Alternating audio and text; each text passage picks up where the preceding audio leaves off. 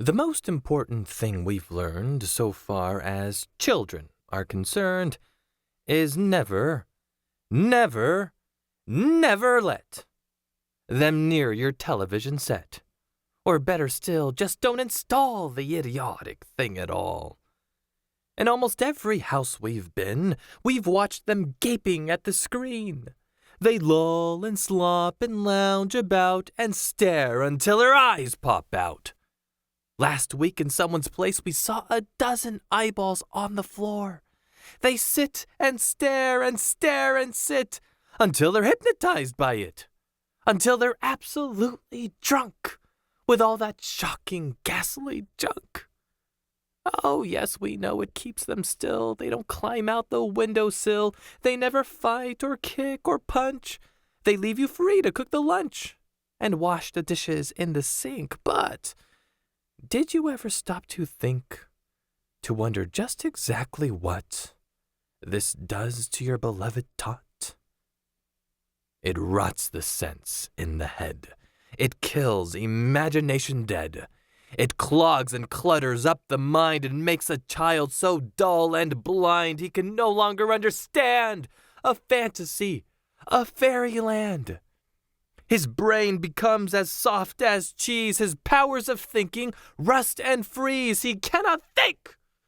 He only sees.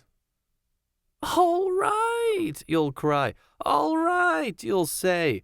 But if we take the set away, what shall we do to entertain our darling children? Please explain.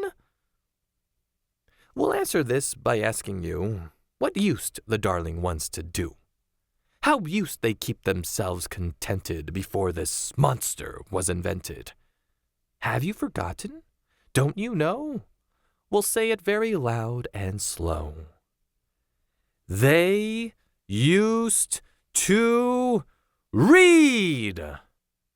They'd read and read and read and read and then proceed to read some more. Great Scott, gadzooks! One after life was reading books.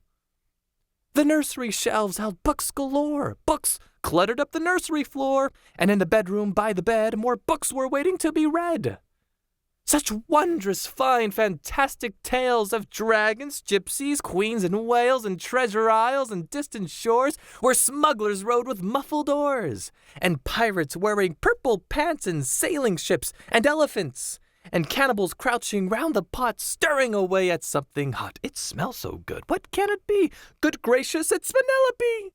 The younger ones had Beatrix Potter with Mr. Todd, the dirty rotter, and Squirrel Nutkin, Pigling Bland, and Mrs. Diggywinkle, and just how the camel got his hump, and how the monkey lost his rump, and Mr. Toad, and bless my soul, there's Mr. Rat and Mr. Mole. Oh, books! What books they used to know, those children living long ago. So please, oh please, we beg, we pray, go throw your TV set away. And in its place you can install a lovely bookshelf on the wall. Then fill the shelves with lots of books, ignoring all the dirty looks, the screams and yells, the bites and kicks, and children hitting you with sticks. Fear not, because we promise you that in about a week or two of having nothing else to do, they'll now begin to feel the need of having something to read. And once they start, oh boy, you watch the slowly growing joy that fills their hearts. They'll grow so keen, they'll wonder what they'd ever seen in that ridiculous machine. That nauseating, foul, unclean, repulsive television screen. And later, each and every kid will love you more for what you did.